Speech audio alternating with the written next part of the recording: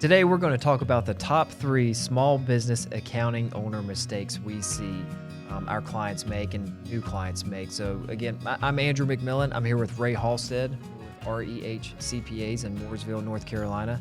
And today Ray's going to go over this topic with us and give us some more information on it. Yeah, so Andrew, as you know, with our firm, we deal with a ton of small business owners. And a lot of time we get their books that they've prepared or they've had somebody else prepare and they bring them into us. What I kind of wanted to talk about today were some of the mistakes that we see and probably the top 3. And I personally, everybody's probably got their own top 3, but personally mine is when they don't reconcile their books to the banks or credit card statements. We see it all the time. Somebody will come in and say, my books are clean, they're good. And we'll say, did you reconcile to the bank?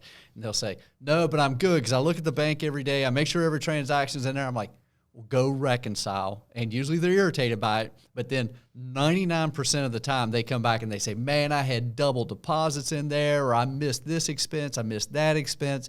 So by far, one of the biggest mistakes that we see that costs people the most money or creates the biggest mistakes is not reconciling your accounting records to the bank statement and credit card statements. Yeah. You either double count something or you miss something completely. So that's number 1.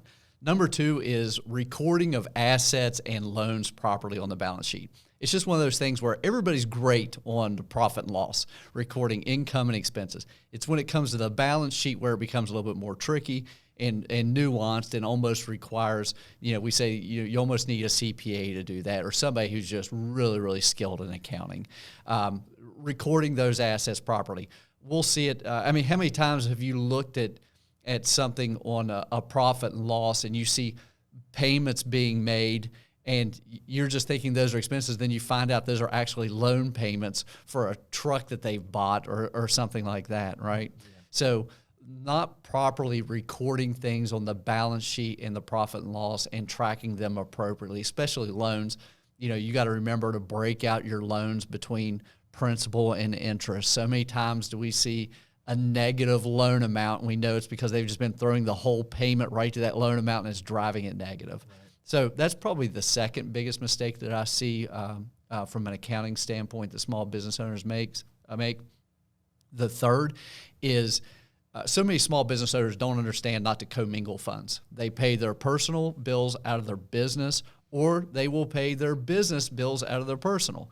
Whenever they pay the personal bills out of their business, sometimes they'll include those in their expense categories. All that stuff needs to be pulled out. That's a huge mistake. You can't do that. That's very bad. The IRS does not like it when you try to deduct personal items. You need to make sure and dig those things out of your accounting and classify those so that way they don't get deducted.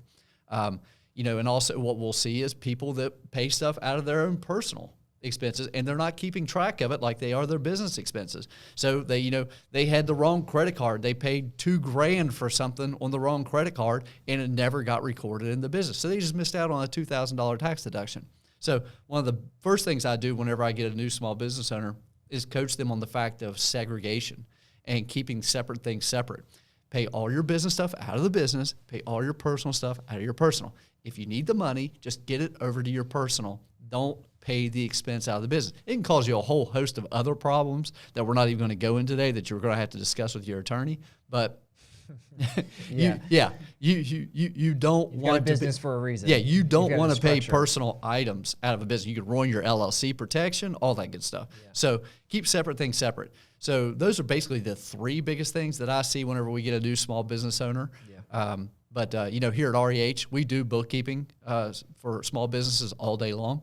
So, if you feel like you're having issues with these problems, by all means, give us a call. We'll sit down with you, talk about it, and see if we can help you. Yeah, no, that's really informative. Like I said, we get it. We understand that sometimes it's not, if you've got to put something on a personal credit card, I understand that happens sometimes, but we don't want to miss that tax deduction. So we see that a lot where we're missing expenses that were paid elsewhere and we never even knew about it. So really good information. I appreciate you running through that with us, Ray. And like Ray said, if anyone needs help with accounting, bookkeeping solutions, we can certainly help you with that and get a plan put together for you so that you're ready to go come tax time. Thanks, awesome. Ray.